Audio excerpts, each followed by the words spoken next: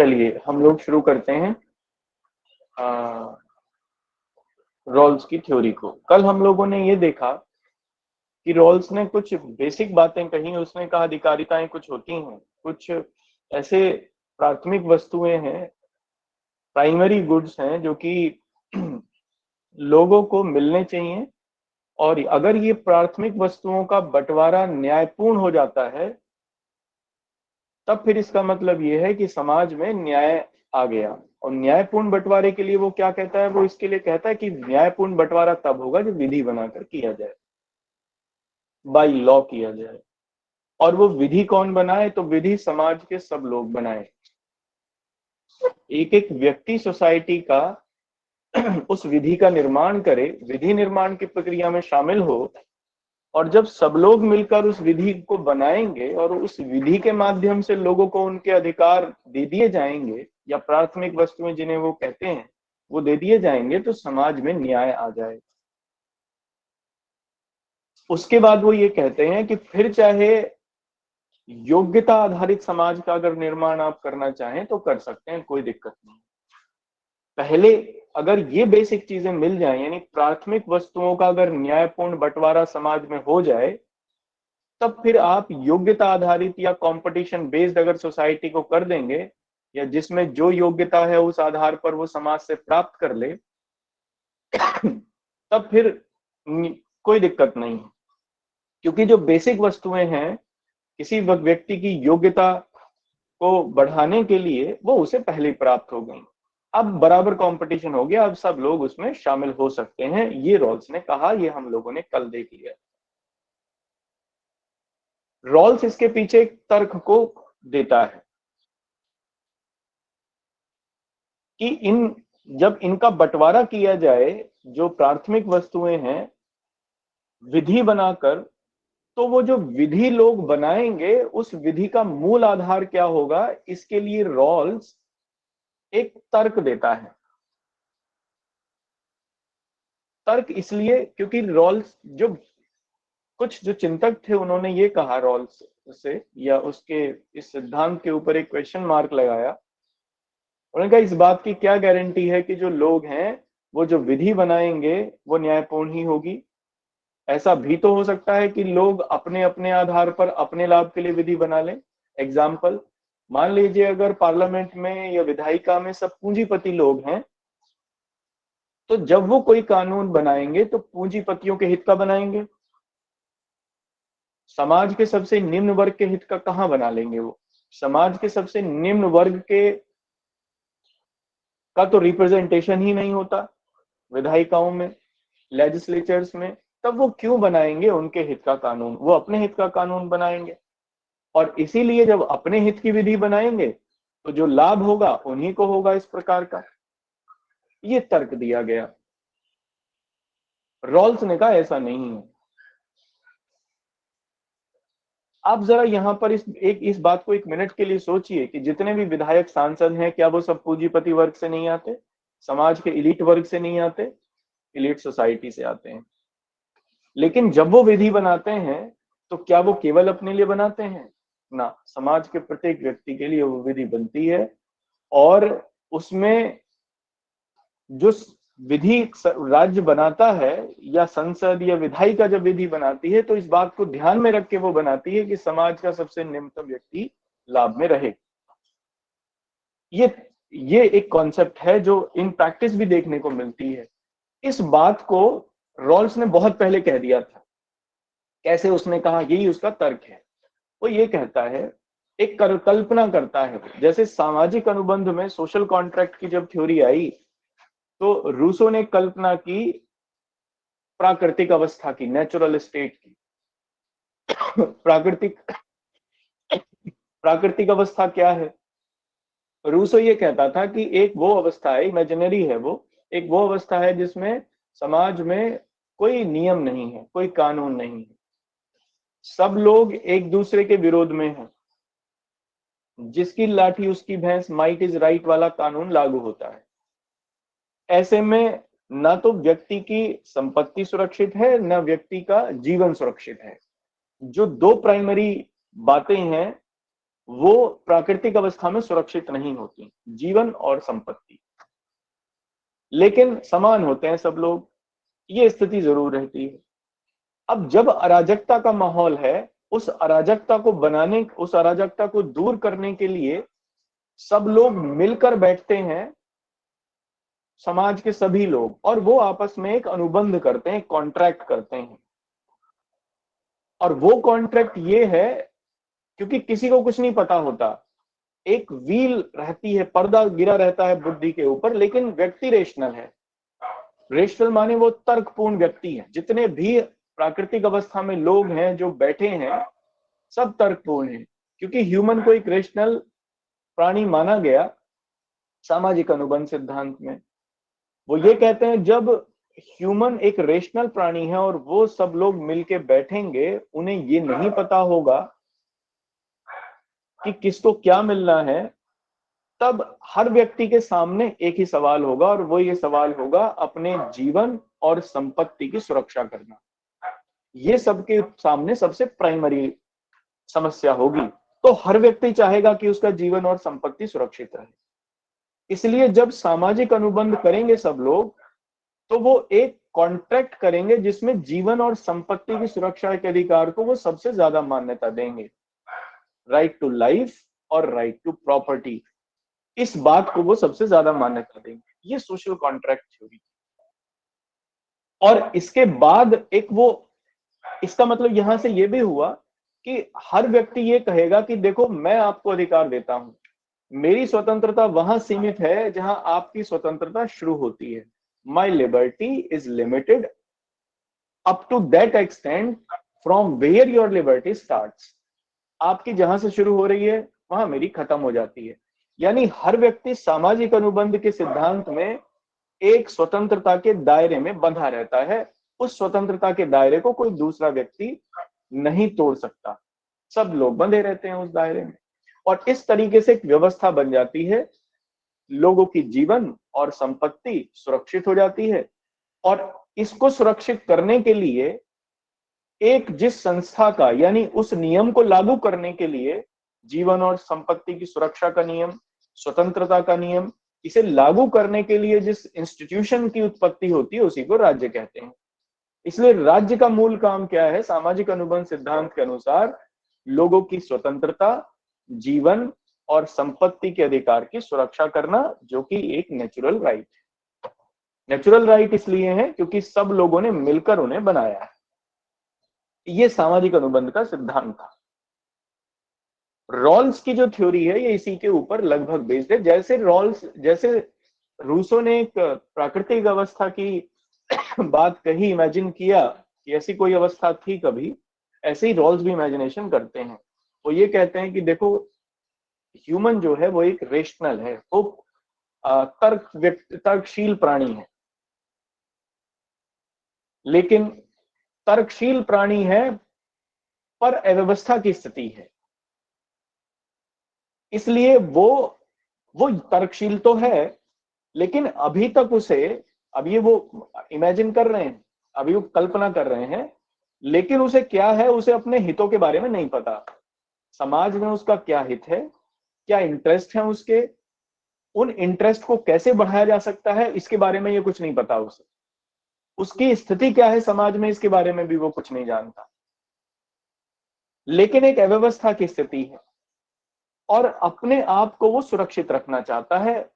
देखो जब अव्यवस्था हो जाए, एग्जाम्पल इसको ऐसे समझो, मान लीजिए आप मेट्रो में जा रहे हैं और मेट्रो में बम की सूचना प्राप्त हुई कि मेट्रो में बम रखा हुआ है। जैसे ही मेट्रो रुकती है अगले स्टेशन पे, तो आप सबसे पहले क्या करेंगे? उसमें से निकल के भागेंगे नहीं। क्या आप ये कहेंगे, ये सोचेंगे कि नहीं पहले आप जाइए बाहर, बाद में मैं जाता हूं या मैं जाती हूं? क्या ऐसा होगा?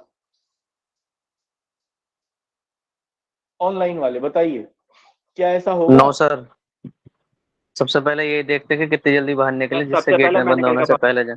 सबसे पहले कुछ लोग तो फ्लाइट मोड में ही जाएंगे बाहर,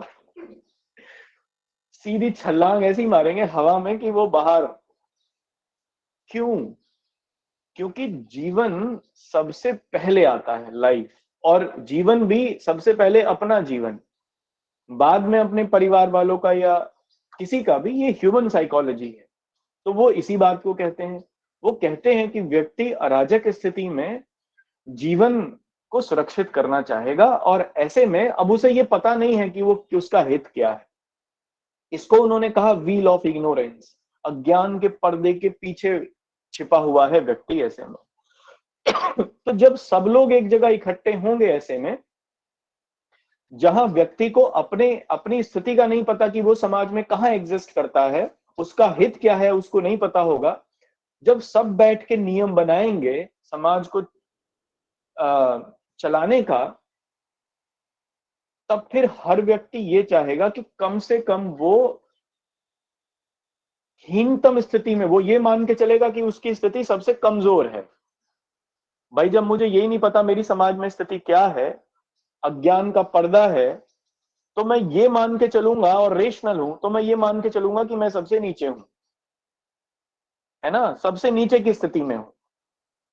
जब बंटवारा होगा, जब हम सब लोग मिलके बैठ के नियम बनाएंगे, तब फिर ये नियम बनेगा, हर व्यक्ति ये नियम बनाएगा कि जो व्यक्ति सबसे नीचे की स्थिति में है उसे सबसे ज्यादा मिले। क्यों? क्योंकि वो व्यक्ति ये मानता है कि मैं ही सबसे नीचे हूं, मैं सबसे ऊपर नहीं हूं समाज में, मैं सबसे नीचे की स्थिति में हूं, हीनतम स्थिति में हूं, इसलिए हीनतम व्यक्ति को सबसे ज्यादा मिलना चाहिए। रॉल्स ने यही कहा कि जब अराजकता की स्थिति होती है, लोगों को समाज में ये नहीं पता होता कि वो कहां एग्जिस्ट करते हैं, तब अगर संसाधनों का बंटवारा हो, तो प्रत्येक व्यक्ति ये चाहेगा कि सबसे कमजोर व्यक्ति को सबसे ज्यादा मिले, क्योंकि वो स्वयं को सबसे कमजोर मान के चलता है, और वो ये चाहता है कि वो सबसे लाभ की स्थिति में रहे। तो जब विधि बनेगी तो सबसे कमजोर व्यक्ति को सबसे ज्यादा मिले, ये वो मानेगा। इसीलिए उन्होंने ये कहा कि जब भी लोग विधि बनाएंगे बंटवारे के लिए, समाज में जो बेसिक प्राथमिक वस्तुएं हैं, तब वो ऐसी व्यवस्था करेंगे कि समाज का जो हीनतम व्यक्ति है उसे सबसे ज्यादा लाभ प्राप्त हो। एग्जाम्पल अब उसका मैं आपको दूं। सरकार जितनी योजनाएं बनाती है, आप उसमें ये देखिए कि सबसे ज्यादा जो लाभ है, वो जो योजनाएं हैं उनका लाभ समाज के हीनतम व्यक्ति को मिलता है या सबसे उच्चतम व्यक्ति को मिलता है? देखो, स्कीम जरूर हीनतम व्यक्ति के लिए बनाई जाती है, नोटिस उसी को किया जाएगा, वो बात अलग है कि बाकी फिर छिपी हुई बातें हैं। इन इन वर्च्यू समाज के सबसे निम्न वर्ग के लिए ही कानून बनाए जाते हैं, जिससे वो लाभ की स्थिति में हो। मनरेगा हो, चाहे फूड, ये सस्ते दरों पर जो अनाज लोगों को खाने के लिए दिया जा रहा है, चाहे ये सब हो, तो किसने बनाया ये कानून, किसने बनाई ये विधि? राज्य ने बनाई। लेकिन किस इसके लिए बनाई? तो समाज के सबसे निम्नतम व्यक्ति के लिए बनाई थी। तो यह रोल्स बिल्कुल सही सिद्ध होते हैं। वो ये कहते हैं कि जब लोग मिलकर बैठेंगे, कानून बनाएंगे, तब वो इस बात का पर्याप्त ध्यान रखेंगे कि समाज का जो निम्नतम व्यक्ति है वो सबसे सेफ या सुरक्षित स्थिति में रहे। इसलिए समाज के निम्नतम व्यक्ति के लिए कानून बनाए जाएंगे। या उन्होंने फिर एक और बात कही, उन्होंने कहा अगर मान लो ऐसी स्थिति है भी नहीं, कभी कोई कॉन्ट्राडिक्शन आ जाए कानून बनाने को लेके, तब जो विधि वेत्ता है, कानून बनाने वाले लोग हैं, वो इस बात का ध्यान रखें, भेदमूलक नियम अभी आगे देखेंगे हम, डिफरेंशिएट रूल्स बनाए जाने चाहिए। मतलब जब विधि बनाई जाए तो ऐसी विधि बनाई जाए कि समाज का सबसे हीन व्यक्ति को सबसे ज्यादा मिले, सबसे लोअर लेवल के व्यक्ति को सबसे ज्यादा मिले। क्यों? क्योंकि उसी को सबसे ज्यादा आवश्यकता है, समाज में वही सबसे पिछड़ा हुआ है। देखो उन्होंने क्या बताई थी प्राथमिक वस्तुएं? स्वतंत्रता बताई, समानता बताई, है ना, और तीसरी उन्होंने गरिमा बताई। ये तीन उन्होंने प्राथमिक वस्तुएं बताई। तो उन्होंने कहा कि समानता और स्वतंत्रता का जब बंटवारा हो तो समाज का हीनतम व्यक्ति सबसे ज्यादा समानता और स्वतंत्रता प्राप्त करे। और समानता, अब ये तो समानता के नियम का उल्लंघन है, तो वो ये कहते हैं कि समानता का नियम भी अगर लागू होता है तो वो इस संदर्भ में लागू हो कि समानों में समानता, इक्वालिटी विद इन इक्वल्स। इसलिए समाज के सबसे निम्न वर्ग के लिए अगर किसी तरीके का कानून या नियम देके उसे ज्यादा संरक्षण देना पड़े या ज्यादा राज्य उसे दे तो वो उचित है, बिल्कुल। ये उन्होंने तर्क के आधार पर सिद्ध किया। और अब इसे इंडियन कॉन्स्टिट्यूशन से जोड़िए। इंडियन कॉन्स्टिट्यूशन में राइट टू इक्वालिटी में यही है। राइट टू इक्वालिटी में दो तरीके की इक्वालिटी बताई गई, इक्वालिटी बिफोर लॉ और equal protection of law. Equal protection of law भेदमूलक नियम बनाने की बात करता है, डिफरेंशिएट लेवल पर लॉ बनाने की बात करता है, यानी समाज को समानता का नियम रेशनली लागू किया जाए रेशनली वो लागू हो, यानी समाज का सबसे जो निम्नतम व्यक्ति है उसको सबसे ज्यादा दिया जा सकता है, और ये समानता के नियम का उल्लंघन नहीं। यही इंडियन कॉन्स्टिट्यूशन में राइट टू इक्वालिटी है, जो कि रॉल्स के सिद्धांत से हम लोगों ने ली। स्वतंत्रता का नियम भी हम लोगों ने वहीं से लिया। और इसके बाद रॉल्स ये कहते हैं कि जब अब बंटवारा हो जाएगा समाज में, समानता का, प्राथमिक वस्तुओं का बंटवारा हो गया कानून बना, तब फिर अब आवश्यकता नहीं है, फिर हम लोग योग्यतापूर्ण समाज बना सकते हैं। हर व्यक्ति समान हो गया, अपॉर्चुनिटी सबको अब समान मिल गई हैं इसलिए अब कंपटीशन को लागू कर दिया जाना चाहिए। जो दौड़ में जीत जाएगा, जो आगे बढ़ जाएगा, वो आगे हो जाएगा, उसको वो सबसे ज्यादा प्राप्त हो जाए। इस तरीके से बाजार आधारित अगर अर्थव्यवस्था को बाद में बनाया भी जाए, यानी पूंजीवाद को अगर बाद में या योग्यता मूलक समाज को अगर बनाया जाए, तब उसमें फिर कोई बुराई नहीं है, क्योंकि पहले ही समानता आ चुकी है। ये रॉल्स ने कहा, और यहां पर रॉल्स की थ्योरी समाप्त भी हो जाती है यहां आकर। ठीक है, मेरी बात ये समझ में आ गई? अज्ञान का पर्दा समझ में आया, व्हील ऑफ इग्नोरेंस, यही उनका तर्क है। कल मेरे से शायद किसी ने सवाल किया था, बताइए इसमें क्या समझ में नहीं आया, फिर बताऊंगा, क्योंकि लिखने में तो 2 मिनट लगेंगे।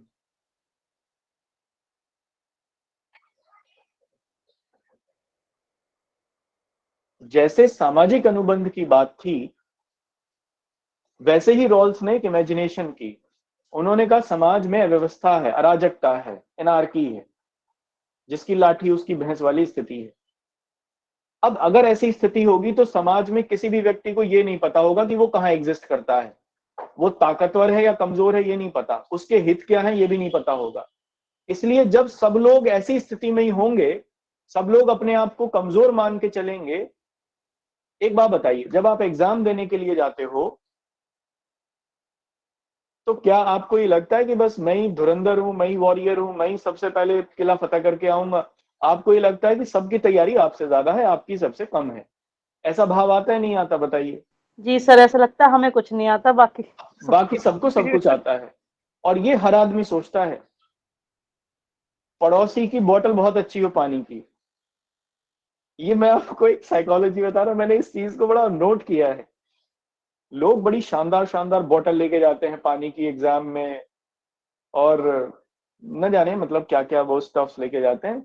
उनको देख के लगता है भाई तैयारी तो इन्होंने करी है। किसी की बोतल भी अगर पानी की अच्छी है तो मन में ऐसा भाव आता है कि देखो यार, क्या क्या बोतल इतनी अच्छी है तो तैयारी कितनी अच्छी होगी। तुम्हारी ही तैयारी नहीं है बस। यहां तक लोग जोड़ लेते हैं चीजों को। इसका मतलब ये है, आप सब लोग इस चीज को फील करेंगे कि जब आप एग्जाम में जाते हो तब यही लगता है कि पड़ोसी की तैयारी आपसे ज्यादा अच्छी है और आपकी सबसे खराब है। क्यों? क्योंकि आपको पता ही नहीं है, ना तो पड़ोसी की स्थिति का पता, आपको केवल अपनी स्थिति का पता है। और अपनी स्थिति को आप एग्जाम के कॉन्टेक्स्ट में देख रहे होते हो, तो आप अपना तुलना एग्जाम से कर रहे होते हो। और जब आप अपनी तुलना एग्जाम से कर रहे होते हो, तब सामने वाले को आप ऊपर ही देखते हो अपने से। अब अगर आप कोई नियम बनाओगे, तो मुझे ये बताइए, जो क्वालिफाइंग मार्क्स है उन्हें ऊपर रखोगे, नीचे रखोगे? अगर ये घोषित कर दिया जाए कि भाई आप खुद अपने क्वालिफाइंग मार्क्स डिसाइड कर लो, इतने पे पास होना है, नीचे रखे। बिल्कुल नहीं नीचे सर। रखेंगे भैया, 32 पे रख लो। एक 33 का क्यों नियम बनाया हुआ है, एक और कम कर दो ना, क्योंकि मुझे तो ये लग रहा है मेरे 32 भी नहीं आ पाएंगे, 32 भी नहीं आ पाएंगे, है ना? तो जब आप लोग अपने लिए एक नियम बनाओगे, तो उस नियम का आधार ये होगा कि जो आप सबसे हीन हो, सबसे कमजोर आप हो, सबसे कम तैयारी आपकी है, तो सबसे कम पे ही क्वालिफाइंग कर लिया जाए, जिससे आपका हित सुरक्षित हो जाए। लेकिन आपको ये तो नहीं पता ना पड़ोसी की आपसे भी खराब है।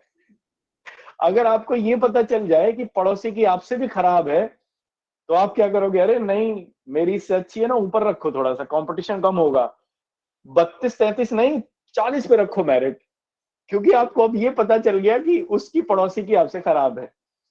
इसी को उन्होंने व्हील ऑफ इग्नोरेंस कहा, रॉल्स ने।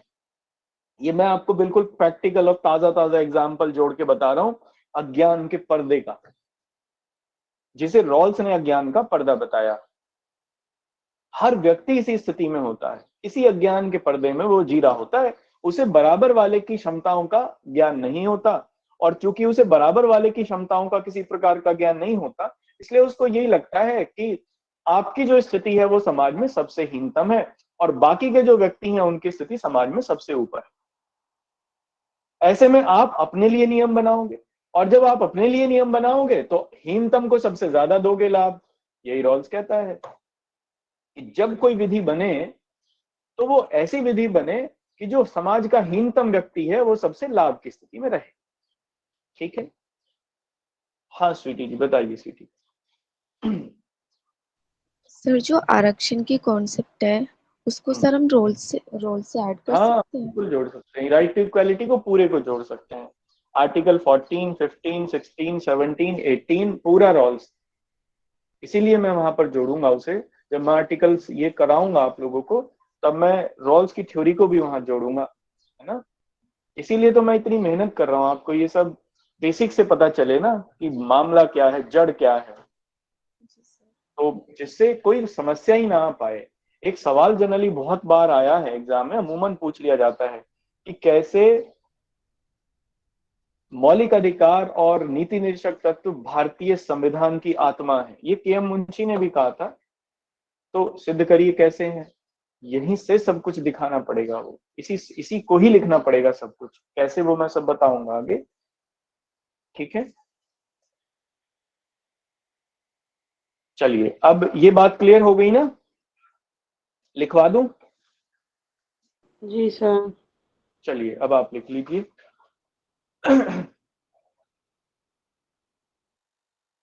न्याय की सर्वसम्मत प्रक्रिया, स्वीटी आप अपना हैंड नीचे कर लीजिए। न्याय की सर्वसम्मत प्रक्रिया, न्याय की सर्वसम्मत प्रक्रिया को निर्धारित करने के लिए रॉल्स ने एक तर्क प्रणाली, रॉल्स ने एक तर्क प्रणाली का सहारा लिया। रॉल्स ने एक तर्क प्रणाली का सहारा लिया। Rawls used a rational system, Rawls used a rational system to define universally acceptance procedure for the justice,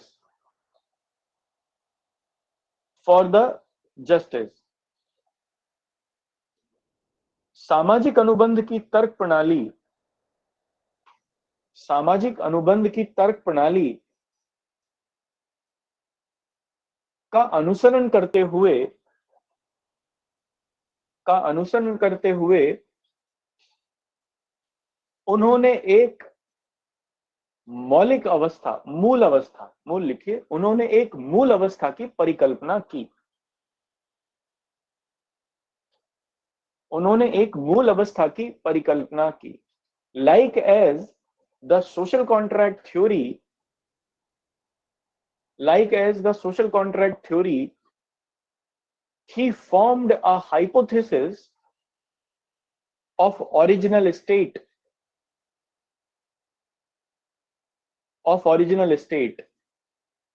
इस मूल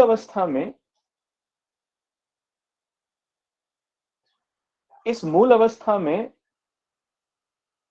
प्रत्येक व्यक्ति एक विवेकशील प्राणी माना गया। प्रत्येक व्यक्ति अब एक विवेकशील प्राणी माना गया। इन दिस ओरिजिनल पोजीशन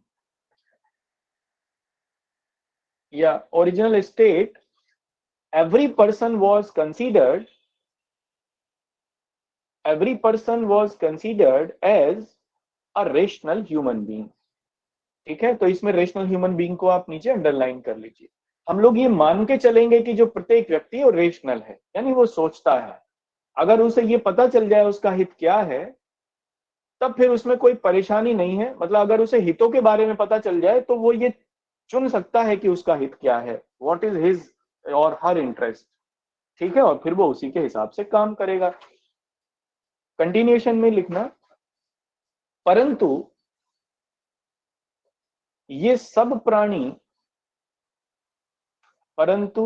प्राणी एक अज्ञान के पर्दे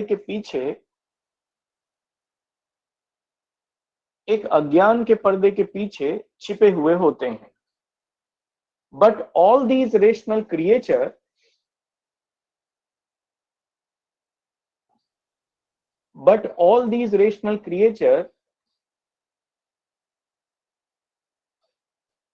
would be in the state of wheel of ignorance, wheel of ignorance। अब इसका मतलब क्या हुआ व्हील और इग्नोरेंस का? उन्हें अपने हितों के बारे में नहीं पता होता, अपनी स्थिति के बारे में नहीं पता होता, वो कहाँ है, किस स्थिति में है, क्या उनके हित हैं, इनके बारे में कोई जानकारी उन्हें नहीं होती। बस ये मानते हैं, जैसे कि आप लोग एग्जाम के समय में मानते हो कि आपको कुछ नहीं आता, बाकी सबको सब कुछ आता है। तो लिख लीजिए, अर्थात व्हील ऑफ इग्नोरेंस, इसमें कंटिन्यूएशन में लिखना, अर्थात वे सब अपने हितों, अपनी योग्यताओं, जैसे आपको अपनी योग्यता के बारे में नहीं पता होता, अपनी तैयारी के बारे में नहीं पता होता, अपने हितों, अपनी योग्यताओं तथा अपनी आवश्यकताओं से अनजान होते हैं, एंड ऑल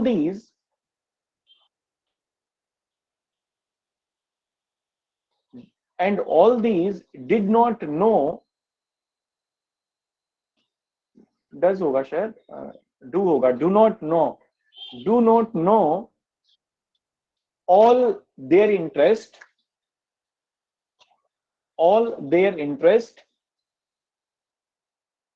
their wants यानी आवश्यकताएं, their wants and their skills too,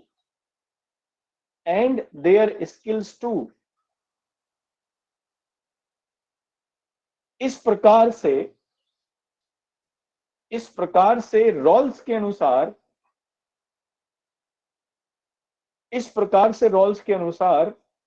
प्रत्येक व्यक्ति यह मानता है कि वह समाज में सबसे हीनतम स्थिति में है। प्रत्येक व्यक्ति यह मानता है कि वह समाज में सबसे हीनतम स्थिति में है। And so every person in society considered that every person in society considered that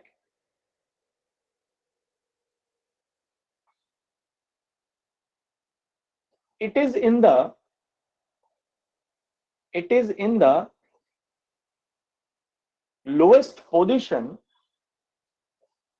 it is in the lowest position in society. अतः जब ऐसे व्यक्ति मिलकर, अतः रॉल्स के अनुसार, ऐसा लिखिए, अतः रॉल्स के अनुसार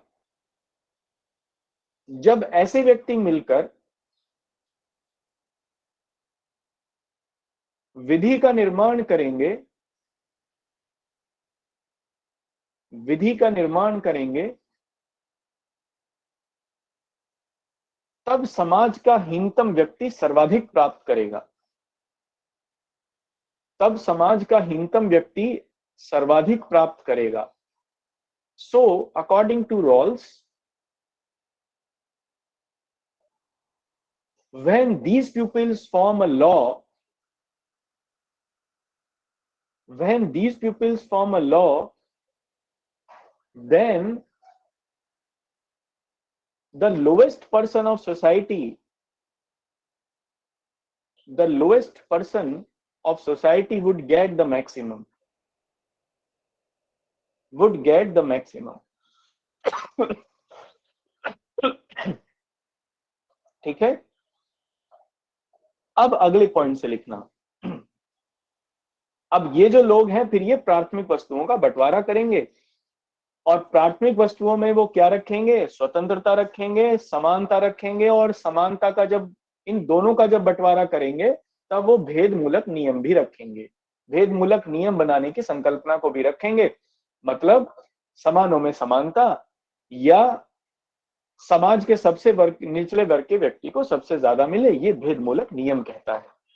तो लिखेंगे इस प्रकार अगले पॉइंट से. सर जी सर, अगर सभी अपने आप को वीक समझ रहे हैं तो पता कैसे चलेगा कौन वीकेस्ट है? फिर यही तो व्हील ऑफ इग्नोरेंस है, पता ही नहीं चलता. आपको पता चलता है, वो तो रिजल्ट आने पता चलता है किसकी क्या तैयारी थी. सर बट ये कौन से मतलब कॉन्टेक्स्ट में है? मतलब इकोनॉमी के लिए है या फिर वो तो सर किसी अलग कॉन्टेक्स्ट नहीं, आप दर्शन में जाइए, फिलॉसफी है. आप तर्क में जाइए, दर्शन में जाइए, अपने दिमाग से इकोनॉमी, पॉलिटी, सोसाइटी सबको अलग निकालिए. ये सब फिजिकल बातें हैं, आपको मेटाफिजिकल स्टेट पे जाके सोचना पड़ेगा. आप ये मान के, उसका बड़ा शानदार एग्जाम्पल मैंने आपको दिया एग्जाम का. जब आप एग्जाम में होते हैं तब आपको अपनी स्थिति का नहीं पता होता, लेकिन दूसरे की स्थिति को आप अपने से हमेशा ऊपर मानते हैं. ये साइकोलॉजी है, ये जनरली साइकोलॉजी है, ये मनो का मनोविज्ञान है.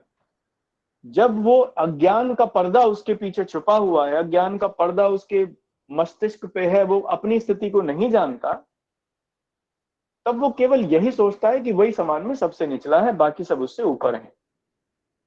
ठीक है सर, फिर इस पे पॉलिसीज कैसे बनाई जा सकती है मेटाफिजिकल चीजों पर?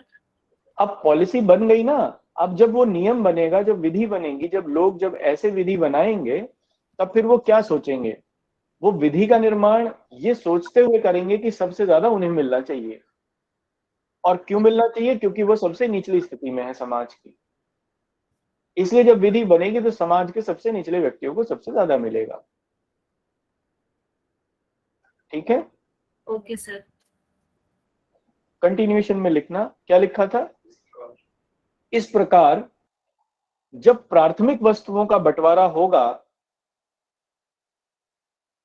इस प्रकार जब प्राथमिक वस्तुओं का बंटवारा होगा, तब समाज का निम्नतम व्यक्ति सर्वाधिक प्राप्त करेगा.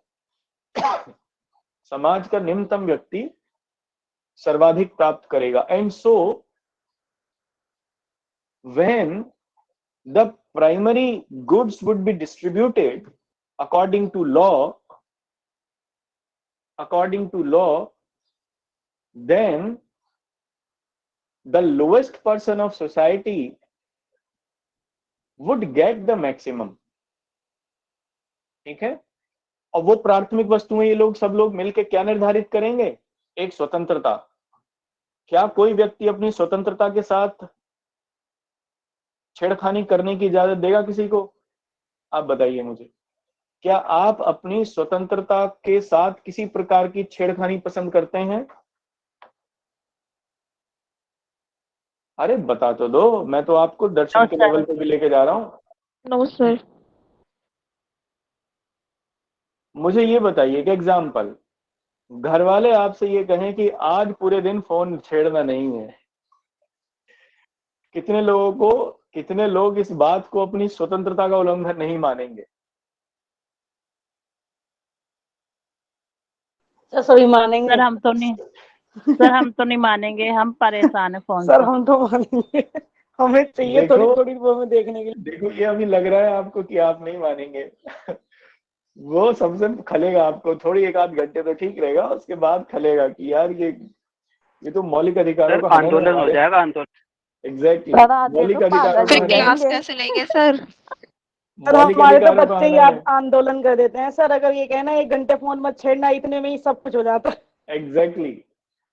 तो ये क्या है, ये कर क्या, ये आपकी स्वतंत्रता में किसी भी प्रकार का इंटरवेंशन है।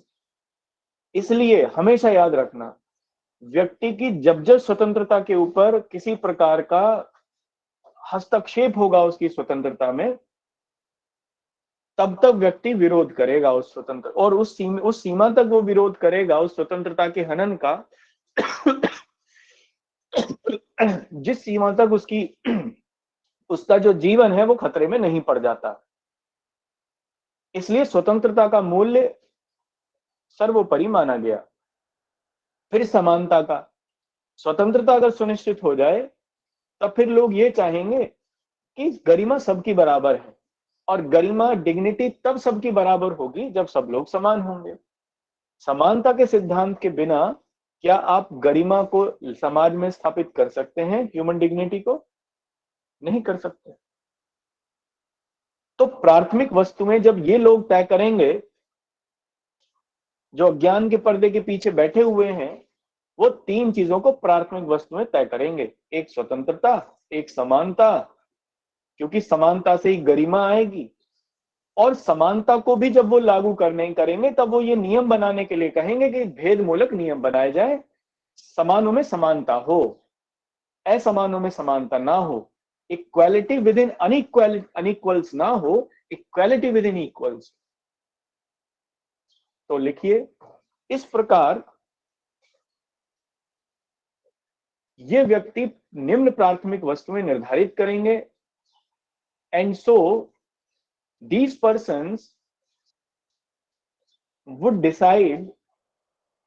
क्या बोला था हिंदी में? ये व्यक्ति, इस प्रकार ये व्यक्ति निम्न वस्तुओं को जी प्राथमिक वस्तुएं निर्धारित करेंगे, जी sir. And so the persons would decide these things as primary goods. किस किस को? पहला स्वतंत्रता,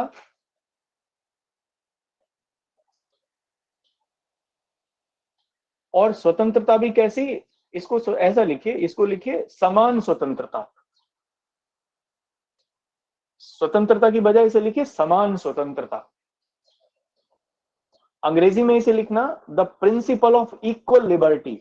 ऐसा ना हो किसी को स्वतंत्रता समाज में ज्यादा है और किसी के पास कम है। समान स्वतंत्रता या प्रिंसिपल ऑफ इक्वल लिबर्टी। अब इसमें कौन कौन सी स्वतंत्रताएं हो सकती हैं? पहला लिखना इसमें राजनीतिक सहभागिता, इसके आगे डैश करके लिखना, मतलब कौन कौन सी स्वतंत्रताओं की वो बात करेंगे जहां पर इक्वालिटी होनी चाहिए।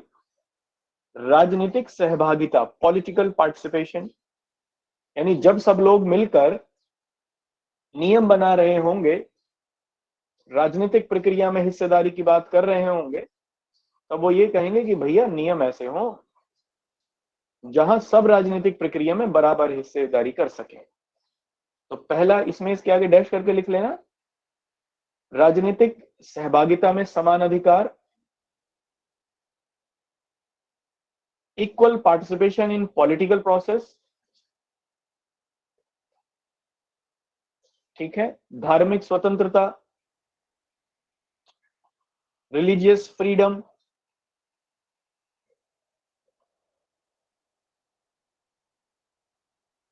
उचित अवसर की समानता, उचित अवसर की समानता, इक्वालिटी ऑफ अपॉर्चुनिटीज,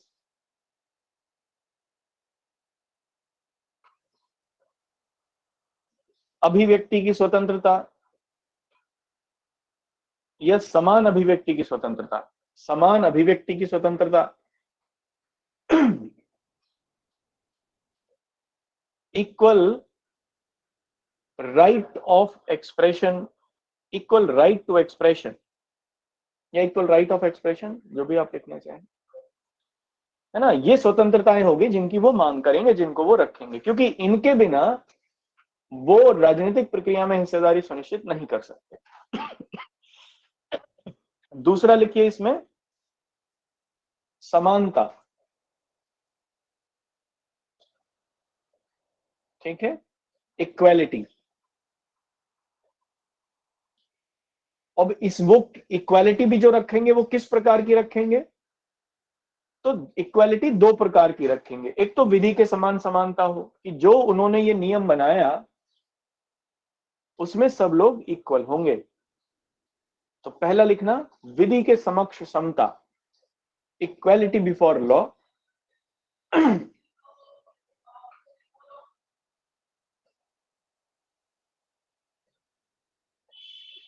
अब इसमें तीसरा लिखना, थर्ड लिखना समानता का भेदमूलक नियम, समानता का भेदमूलक नियम, difference principle of equality, difference principles of equality. और भेदमूलक नियम क्या है कि समानों में ही समानता हो। तो इसके लिए आगे लिखना अर्थात समानों में समानता, अर्थात समानों में समानता। सो इक्वालिटी विद इन इक्वल्स, ठीक है। और जब समानों में समानता की बात हो तो ऐसी समानता क्या कहलाती है, इक्वल प्रोटेक्शन ऑफ लॉ। तो डैश करके लिखिए इसके आगे ही, इन सब ये तीनों चारों बातें एक ही हैं। इक्वल प्रोटेक्शन ऑफ लॉ, विधि के समक्ष नहीं, विधि का समान संरक्षण, विधि का समान संरक्षण, ठीक है। जब विधि के समान संरक्षण की बात होगी तो समाज वो ये कहता है कि बंटवारा जब समानता के आधार पर हो तब ऐसा हो कि हीनतम व्यक्ति सबसे ज्यादा प्राप्त करे, यही इक्वल प्रोटेक्शन ऑफ लॉ की कॉन्सेप्ट है। तो यहां पर नोट करके लिखना, विधि के समान संरक्षण के अंतर्गत, विधि के समान संरक्षण के अंतर्गत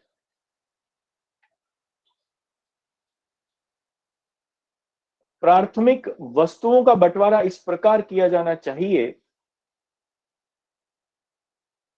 प्राथमिक वस्तुओं का बंटवारा इस प्रकार किया जाना चाहिए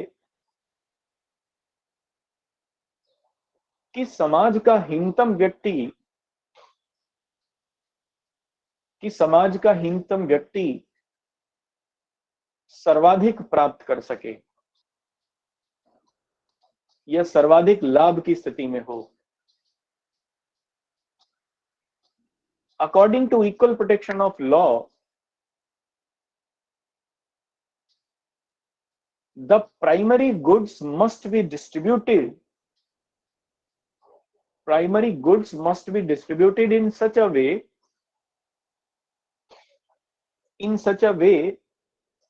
that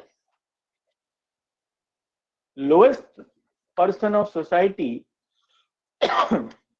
lowest person of society would get the maximum.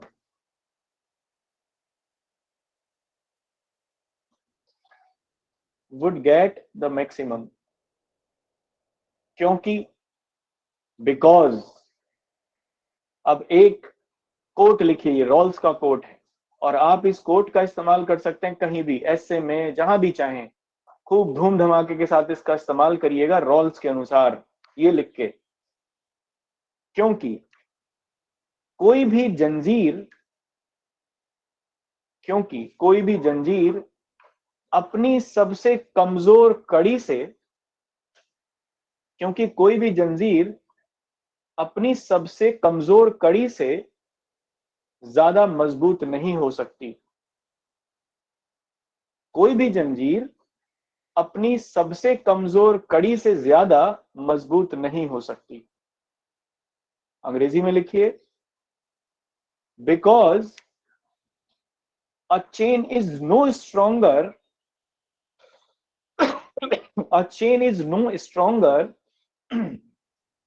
than its weakest link। ये रॉल्स का कोट है, और ये कोट बहुत बार आया है पॉलिटिकल साइंस के ऑप्शनल पेपर में, अमूमन आता है ये, थॉट के पेपर में, थ्योरी में नहीं आता, थॉट में एक वो दे देंगे, पहला वाला क्वेश्चन में ही दे देंगे, एक कमजोर कड़ी, कोई भी जंजीर अपनी सबसे कमजोर कड़ी से ज्यादा मजबूत नहीं होती, लिख देंगे और आपको टिप्पणी करने के लिए कहेंगे। यही कहानी सुनानी है उसमें सब, जो भी मैंने आपको लिखवाया, ठीक है। और बाकी जो भी लोग हैं वो इसका कहीं भी इस्तेमाल कर सकते हैं, जब समाज के सबसे, क्योंकि अगर समाज का सबसे कमजोर व्यक्ति ही कमजोर है, सबसे निम्नतम व्यक्ति सबसे कमजोर है, तो इसका मतलब पूरा समाज मजबूत नहीं हो सकता। कमजोर व्यक्ति आसानी से टूट सकता है, समाज से बाहर हो सकता है, प्रतिस्पर्धा में पिछड़ सकता है। ऐसे में समाज का जो पूर्ण विकास है वो नहीं हो सकता, क्योंकि समाज का विकास उस कमजोर व्यक्ति के विकास के साथ ही हो सकता है, उसको पीछे छोड़कर नहीं हो सकता। इस तरीके से आपका ये रॉल्स का कंप्लीट हुआ, जिसके ऊपर हमारा constitution generally directive principle of state policy, fundamental rights based है। इतनी बात समझ में आ गई? जी सर। ये हमारा कंप्लीट हो गया न्याय के सिद्धांत, न्याय हमारा जस्टिस कंप्लीट हो गया, न्याय की कॉन्सेप्ट इंडियन कॉन्स्टिट्यूशन में कंप्लीट हो गई। अब हमारी एक यहां से नई कड़ी की शुरुआत होगी, और दैट वुड बी रूल और लॉ, नियम और विधि, या नियम और कानून।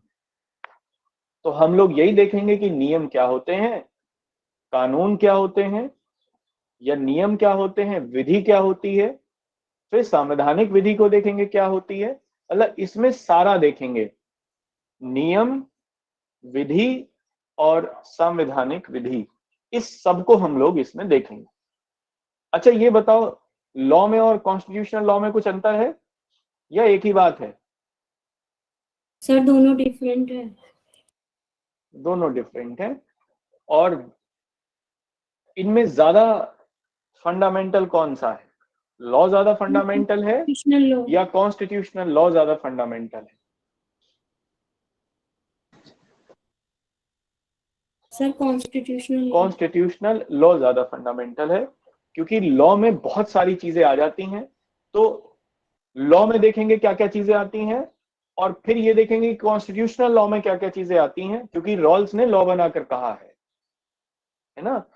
तो यही सब देखेंगे अगली क्लास में। कल देखेंगे इसे, रूल ऑफ लॉ, पहले रूल, फिर लॉ, फिर कॉन्स्टिट्यूशनल लॉ, और फिर रूल ऑफ लॉ। ये हम लोगों का एक सीक्वेंस होगा। रूल ऑफ लॉ की फिर कॉन्सेप्ट इंडियन कॉन्स्टिट्यूशन में क्या है, यहां पर आ जाएंगे। आर्टिकल 13 को समझने में आपको बहुत मदद मिलेगी। हाँ इति।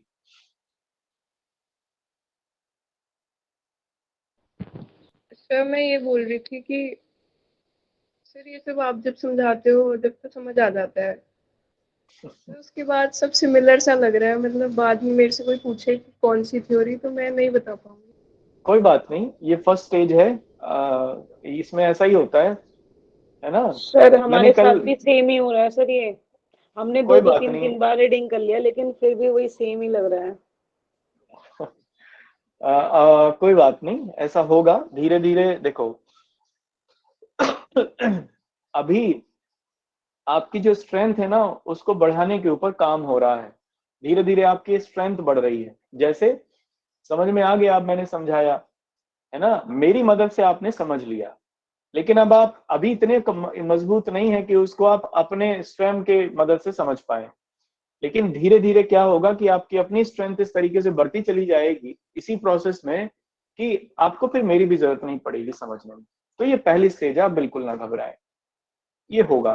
क्योंकि ये वो सब चीजें हैं जो आपने पहले ना कभी पढ़ी, ना कभी सुनी, ना ही इन सब के बारे में कभी आपको बताया गया।